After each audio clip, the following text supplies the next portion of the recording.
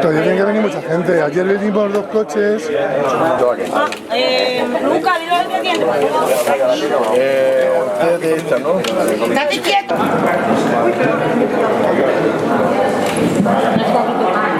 Hay muchas cosas por aquí.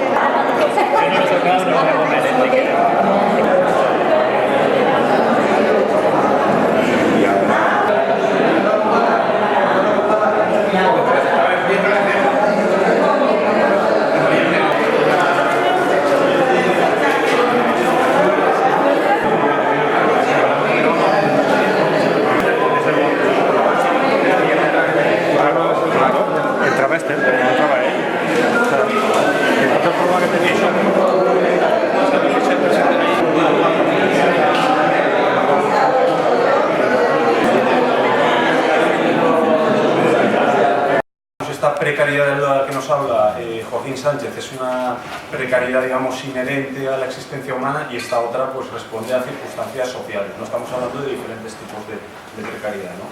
Entonces, yo normalmente cuando hacemos las presentaciones intento explicar la aproximación que hicimos a la precariedad en este libro, ¿no?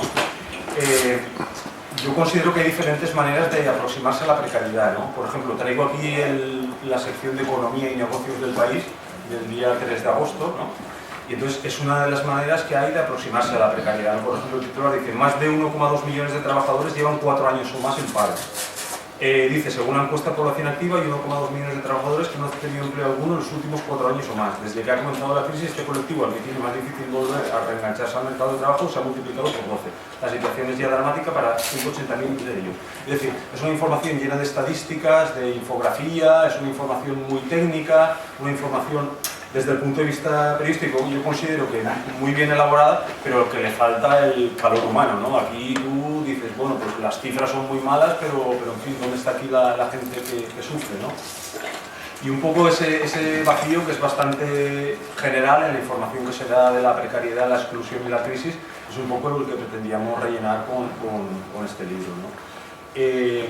Pero luego tampoco, y es un ejemplo que pusimos en Madrid, tampoco queríamos caer en la otra forma con la que habitualmente se trata la precariedad, ¿no? Que es hacer una especie de melodrama, una especie de qué bello es vivir con la precariedad, ¿no? Y poníamos el ejemplo de Carmen, una señora octogenaria de Vallecas, amenazada por un desahucio que al final no resultó desahuciada porque hubo una especie de cuestación de la plantilla del Rayo Vallecano y del entrenador, y con eso se libró del desahucio, ¿no? Y entonces,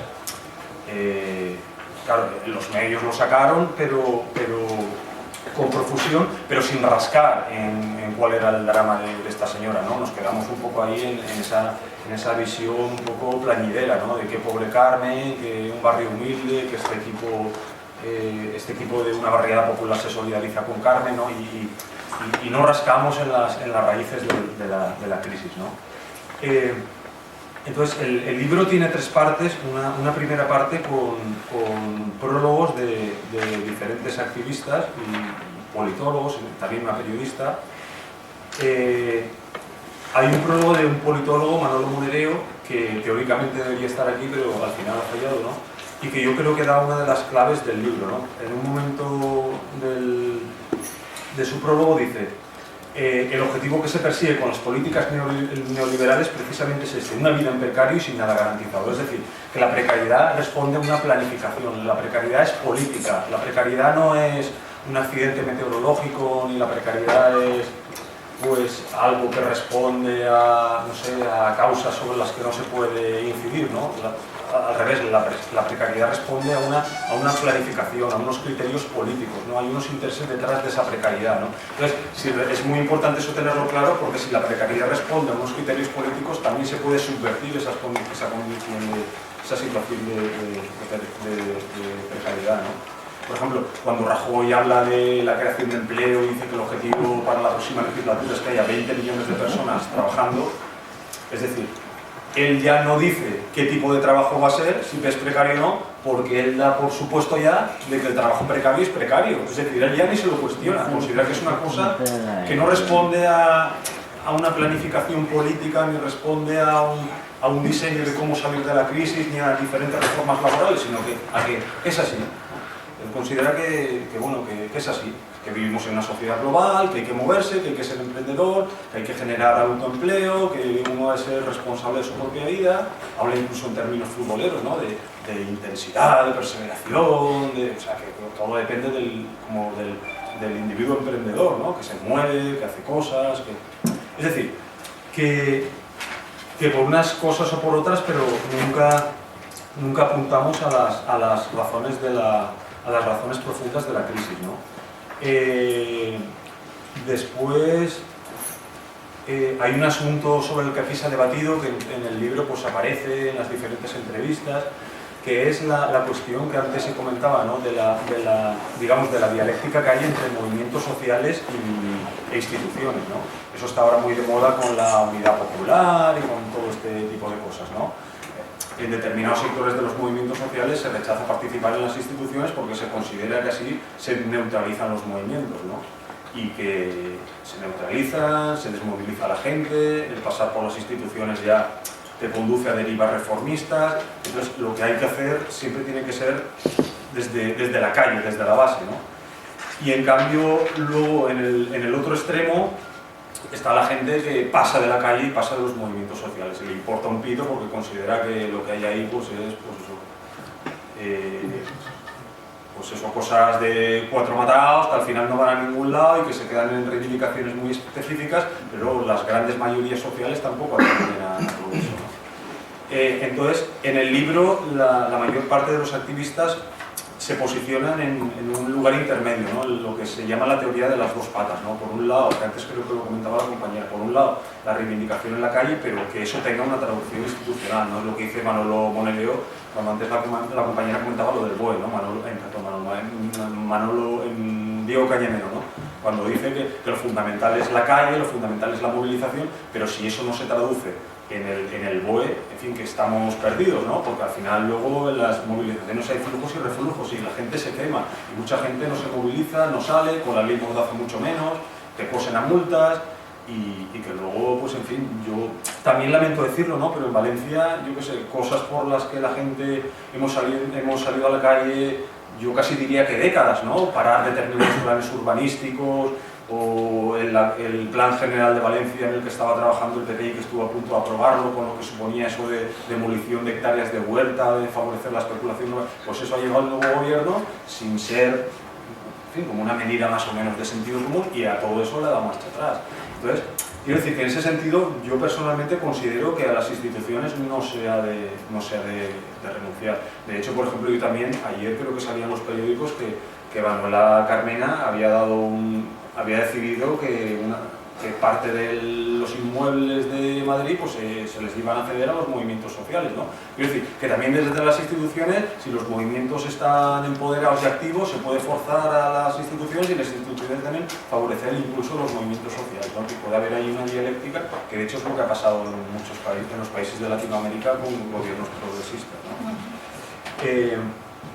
Luego hay una frase de Olga Rodríguez, la periodista Olga Rodríguez, que es una periodista especializada en el mundo árabe, que trabaja en el diario.es y en La Marea, que yo creo que resume la intención del libro, ¿no? Es una cita o sea, Olga recupera una cita del historiador estadounidense libertario Howard Zinn, ¿no? Cuando dice que esas incontables pequeñas acciones de gente desconocida conforman la base de los grandes momentos de la historia, ¿no? Y eso es lo que yo pretendí hacer con este libro, ¿no? Pues hacerle una entrevista a Toni Carrión, que sería, por ejemplo, no sé, uno de esos personajes anónimos de la historia en el que seguramente los grandes historiadores nunca se entrevistarán, pero que él y otra gente que también está aquí organizaron en su día las sillas del hambre, que salen todos los lunes por la mañana a pedir pues, una serie de reclamos muy básicos en la puerta del Ayuntamiento de Valencia, ¿no?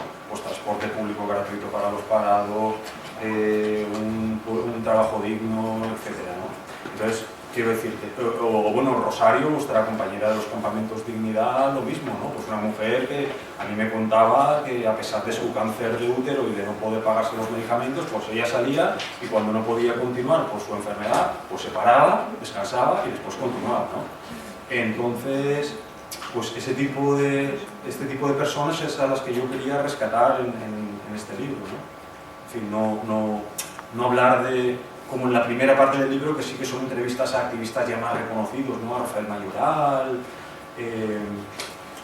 a Manolo Cañada, que es gente ya con un nombre, ¿no? Y con un prestigio en el movimiento social.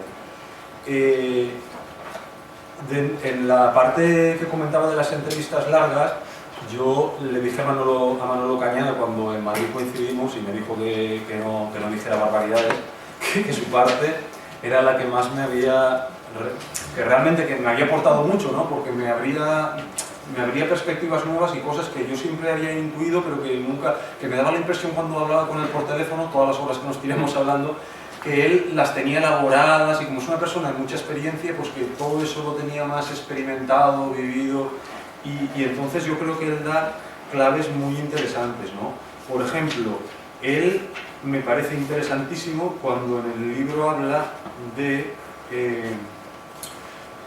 cita, por ejemplo, a Rosa Luxemburgo y dice que hay que tirar los tabiques que separan a militantes y no militantes, ¿no? Esto es una cosa que se percibe muchísimo, ¿no? En los movimientos sociales hay gente con mucho discurso, con muchas lecturas, gente que viene de la universidad, que sus padres han sido gente de izquierda, que tienen todos los discursos muy trabajados y muy elaborados, que manejan estadísticas, que manejan números, que tienen una carrera, 2, tesis doctoral, 3 carreras. Luego otra gente, como decíamos antes, anónima, que se ha politizado porque la crisis les ha empujado a ello, ¿no? Entonces muchas veces hay una fractura ahí muy gorda y muy difícil de salvar entre, por ejemplo, ahora hablando con Manel me comentaba pues, que en la experiencia de Caos en la Red, pues ellos intentan utilizar un lenguaje, sobre todo a la hora de titular y a la hora de utilizar viñetas, fotografías, un lenguaje, digamos, duro, pero que llegue y simple, comprensible, pero intentar, en cierto modo, esa barrera más o menos romperla, ¿no? Y, por ejemplo, en Rebelión veo que ahí sí que hay una falla que no logramos salvar, ¿no? Que es pues eso, muchas veces son artículos muy analíticos y para gente muy formada y para gente ya muy elaborados, para gente que ya muy metida en los diferentes asuntos.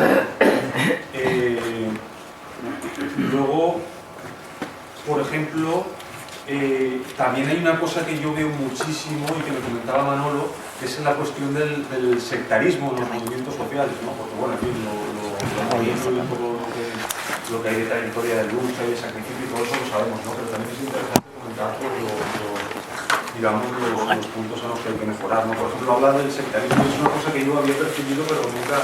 Entonces, si habla habla en el libro de un sectarismo, digamos de un sectarismo de señoritos, que dice él, que es cuando gente, digamos, muy de izquierdas y muy exquisita, pero que se sale siempre con la suya porque tiene una dialéctica muy fina, sabe llevar a la gente menos formada a su terreno, sabe, pues a lo mejor para una asamblea movilizar a los suyos y mira, tomad los turnos de palabra y los 10 primeros en salir han de ser de los nuestros. O pedir la última palabra y una intervención que de una manera sutil reconduzca el movimiento hacia paralizar una última votación con determinados artilugios. Entonces, eso es una cosa que se hace mucho y la gente que no tiene, como Manolo, 30 años o, bueno, sí, 30, ¿no? Pues claro, que a lo mejor esas cosas no se perciben con claridad, ¿no? Pero hay muchas veces hay estrategias que luego realmente también son muy sectarias.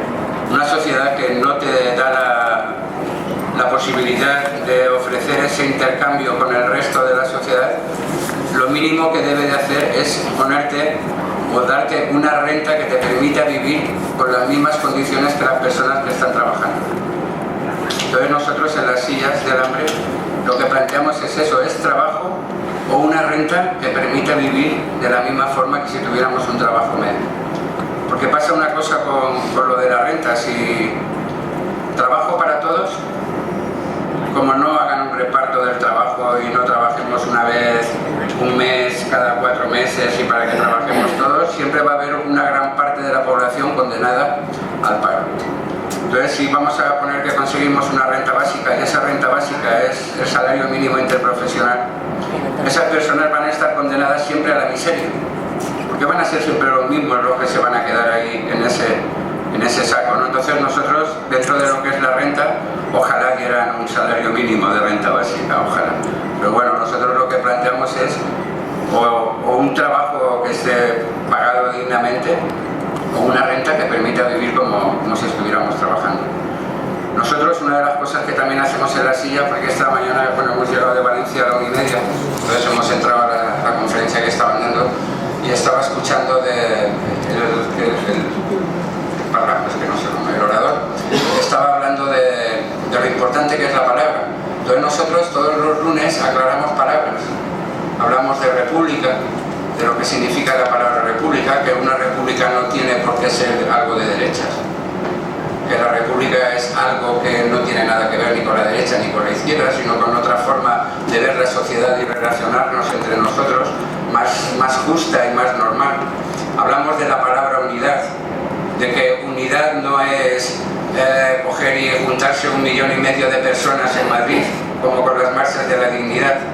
Unidad es que si 1,5 millones de personas están juntos y se van para acá, es como mi brazo, o sea, se va todo mi brazo, no se va mi dedo ni mi mano. Eso es unidad, un cuerpo duro, compacto, que es capaz de responder por todos.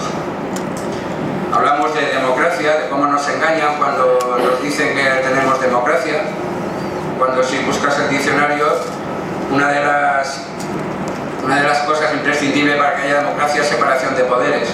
Entonces, si no hay separación de poderes, ¿de qué estamos hablando? Nos engañan, ¿no? Entonces, bueno, entonces eso lo digo porque es algo que hacemos ahí en las sillas, ¿no? Luego también he ido tomando notas de lo que...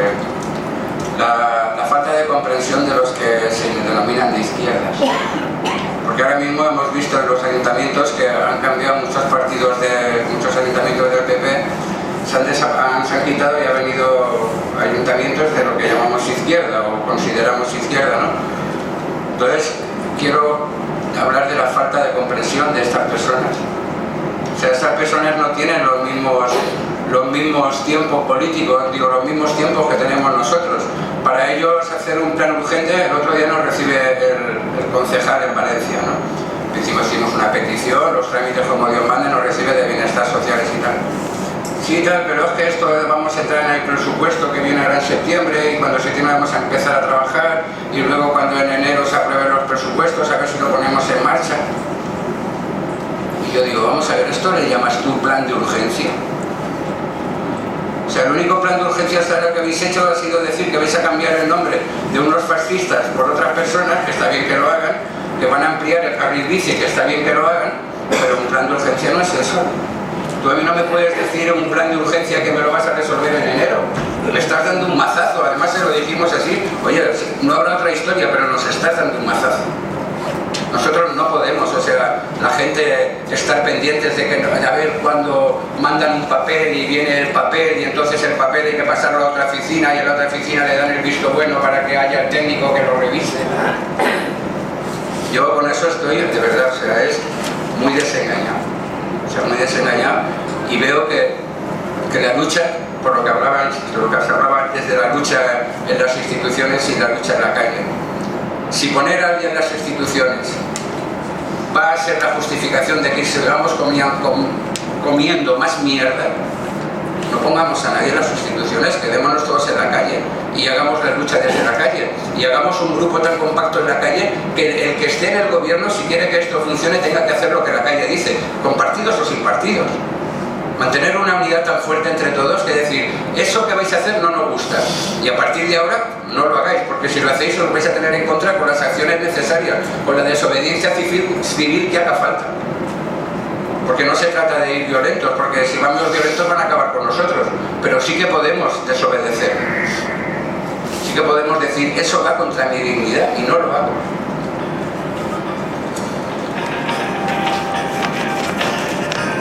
Luego también se habla de lo que es la costumbre de la miseria. La gente que llevamos, me imagino que muchos estaréis para igual o peor, la gente que llevamos mucho tiempo en la miseria, al final te crees que la miseria es normal. Al final te crees que es normal vivir en un piso compartido con 4 personas que no saben quién son, que tienen las ideas que tienen y que muchas veces te vas a la habitación por no discutir por la tele que están viendo, el programa que se están tragando. Cuando tú eso, si ves a tu hijo viendo ese programa, dices, pero hombre, y sin embargo pues te vas a la habitación, y eso no es normal.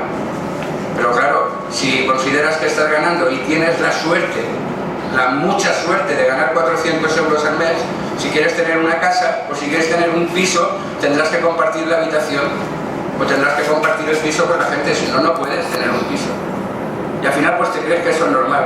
Te crees que es normal que para ir de una parte a otra de la ciudad tengas que ir a hacerte una hora y media andando. ¿Te crees que es normal que cuando como me pasé, porque esto me quedé, que me chocó, porque fuimos a las marchas y paramos en los pueblos, la gente nos trataba muy bien y nos recibía muy bien. Entonces en uno de los sitios nos pusieron macarrones. Entonces mi compañero llega allí, los macarrones, y coge una bolsa y empieza a echarse queso rallado, macarrones. Y a mí, se me hicieron los ojos así, digo, hostia, si los macarrones llevan queso. Si se me había olvidado que los macarrones se les ponen queso. ¿Te crees que es normal que estás resfriado y vas con el rollo de papel higiénico enrollado ahí, pum pum, para sonarte los mocos? Entonces claro, cuando estás en el metro, vas ahí y tú con tu moquera y te sacas el rollo, y sacas y te limpias y de repente te das cuenta de que todo el vagón te está mirando, dices, coño, es que no es normal sacar para mocarse el papel del váter. Entonces nos hacen acostumbrarnos a eso. Nos hacen, pues eso, que lo llevemos como podamos, que cada uno tire para adelante según una red, y esa no es la historia. Yo no sé el tiempo que tengo ni vosotros las ganas que tenéis de escuchar. Si alguno me quiere hacer una pregunta o no está de acuerdo con lo que diga, no tengo ningún problema, tanto Rasconi como yo, en escuchar y decirle que se calle, porque aquí están nosotros ahora. Bueno, esto es una tontería. Es una tontería, ¿no? Creo que lo más importante que tiene la revolución es el dejar de competir entre nosotros. El dejar de competir para ver quién es el que habla mejor. Dejar de competir para ver es el quien mea más lejos. Dejar de competir para ver quién tiene las tetas más gordas. El dejar de competir para ver quién saca las notas más grandes en la carrera o en el estudio. El dejar de competir para ver quién gana 100 euros más al mes. Porque en esta competición lo que hacemos es que cualquiera que está al lado nuestro es nuestro enemigo. Ya no es nuestro vecino, ni es nuestro amigo, ni es nuestro compañero, es nuestro enemigo. Y si os dais cuenta, el poder, eso lo hace cada vez más fuerte. De forma que ahora a nadie que tenga trabajo se le ocurre decir lo que piensa sinceramente de la situación y de la empresa y del jefe. Se calla y no dice nada y se va a su casa y habla con su mujer y despacio. Porque sabe que como le diga algo al compañero o al que toque, le va a faltar tiempo para ir a hablar con quien sea de turno para que este lo enseñe, para que metan a su amigo, a su hermano, a su primo, que tiene mucha necesidad también. Entonces yo, mi pequeño mensaje es, apostemos por la cooperación. Dejemos de competir entre nosotros. El otro día nos dice la concejala, dice, ahora nosotros vamos a apostar por el cooperativismo, por lo que la gente, a fomentar la cooperativa, ayudar a las cooperativas y tal. Y le dijimos, muy bien, nosotros estamos también por esa labor, pero ese no es tu trabajo. Porque lo que nos estás diciendo es que nos vas a ayudar a buscarnos la vida. Y me parece muy bien que me ayuden a buscarme la vida, pero tu trabajo es estar aquí por el débil, por el que no tiene capacidad para plantearse una cooperativa, por el que ni siquiera se lo imagina, por el que dice, yo es que no quiero, yo quiero cumplir mi puesto de trabajo, mis 8 horas y que me dejen en paz. Esa es vuestra misión, no que la gente se busque la vida. sino vosotros solucionarle la vida a la gente que para eso os han puesto. La cooperación es fundamental. Es fundamental porque si seguimos compitiendo, eso conlleva que la mitad tengamos que desaparecer, o más. Porque en una competición están los que ganan y los que pierden. ¿Quién va a ganar? ¿Quién va a perder? Seguramente perderemos los de siempre. Poca ropa, que dice mi madre. A pagar poca ropa. Entonces, por nosotros y por nuestros hijos y por todos es cooperar. Es decir, ¿tú qué necesitas? ¿Qué puedo hacer por ti? ¿En qué te puedo ayudar? Yo puedo hacer por ti esto, esto y esto. ¿Te sirve? No te sirve, pero a lo mejor lo que yo puedo hacer le sirve al otro. Y se crean las cadenas y las redes, ¿no? Y he visto una persona antes que levantaba. Sí. Bien, renta básica. Yo no sé si es que o yo estoy, si me lo permitís, jodida, o es que no me entero del tema. Porque la gente cobra 426 euros de renta básica. Y digo yo, vamos a ver, el que la cobra, porque aquí tenemos más de 30.000 solicitudes y todavía no se ha pagado nada más que a 1.500 personas en toda Extremadura. Bien, renta básica. Yo no sé si es que o yo estoy, si me lo permitís, jodida, o es que no me entero del tema. Porque la gente cobra 426 euros de renta básica. Y digo yo, vamos a ver, el que la cobra, porque aquí tenemos más de 30.000 solicitudes y todavía no se ha pagado nada más que a 1.500 personas en toda Extremadura. Y hago yo una reflexión. ¿Por qué retraen tanto el dinero?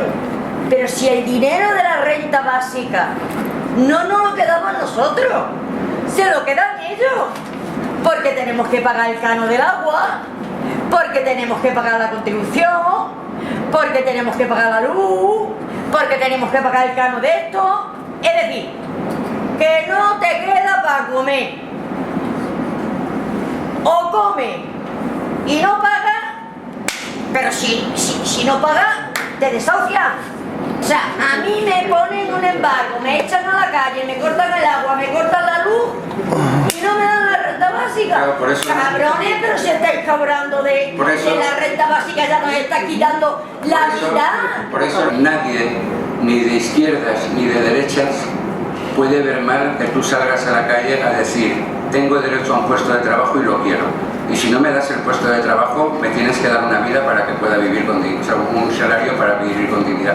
Nadie puede, es la legitimidad los que dan la fuerza, ahí no hay, porque si entráramos en si es mejor una idea de izquierdas, o una idea de derechas, o una idea de donde sea, ahí entramos en debates que al fin y al cabo son filosofías que a uno pueden gustar más y a otro pueden gustar menos. Pero lo que nosotros planteamos no es ninguna filosofía, es el derecho a existir como cualquiera. Entonces pienso que si algo nos da fuerza y nos hace que la gente de alguna manera sigamos allí, porque allí hay gente de muchas clases, hay gente que participa en las sillas y no participa en nada más. Y hay gente pues que son de partidos y lo que sea, pero pienso que lo que nos da la fuerza es eso, el que son dos objetivos los que hay, no se pide nada del otro mundo y lo que se pide es por derecho, o sea, nadie que tenga un mínimo de no sé qué palabra utilizar, de sentido ético de la vida, puede ver mal que unas personas de forma pacífica salgan a decir: oye, yo tengo tanto derecho a vivir como cualquiera. Se está generando una confusión, se le está llamando renta básica en todas partes, pues la están dando, la renta garantizada, que es una renta que lo único que te hace es excluyente porque te marca como pobre y tienes que demostrar que eres pobre. Todo este tipo de rentas, tú tienes que demostrar que eres pobre. Y en el momento que tengas un trabajo, pierdes esa renta, aunque sea un trabajo de miseria, lo cual te condiciona igualmente. O sea, lo importante ahora mismo es que las personas dejen de pasar hambre y dejen de estar en precariedad. Y luego ya hablaremos de filosofía. ¿Sabes? Eso para mí es lo importante. ¿Por qué? Déjame terminar. ¿Por qué? Porque si la gente no ha comido... Y no es filosofía. El problema es que no es filosofía. Es que no es filosofía, es la realidad. El problema es que no es filosofía. Yo iba a decir algo sobre la renta básica, pero parece que se están aclarando aquí las cosas, puesto que hay gente que ha intervenido y yo le doy la razón. El llamar renta básica a una renta de inserción para pobretones, porque es lo que dan, que no te cubre, como dice Petri, ni para pagar la luz, ni para pagar el agua, y mucho menos una hipoteca, eso es una renta, es una miseria. Eso de básico, renta básica, es un nombre maquillado. La renta básica es otra cosa, ¿eh? Es tal como se concibió en el Campamento Dignidad y como la conciben algunos economistas. Esa es la renta básica, pero la renta básica no es la renta de inserción como los que la llaman renta básica. Eso es lo que yo quería aclarar.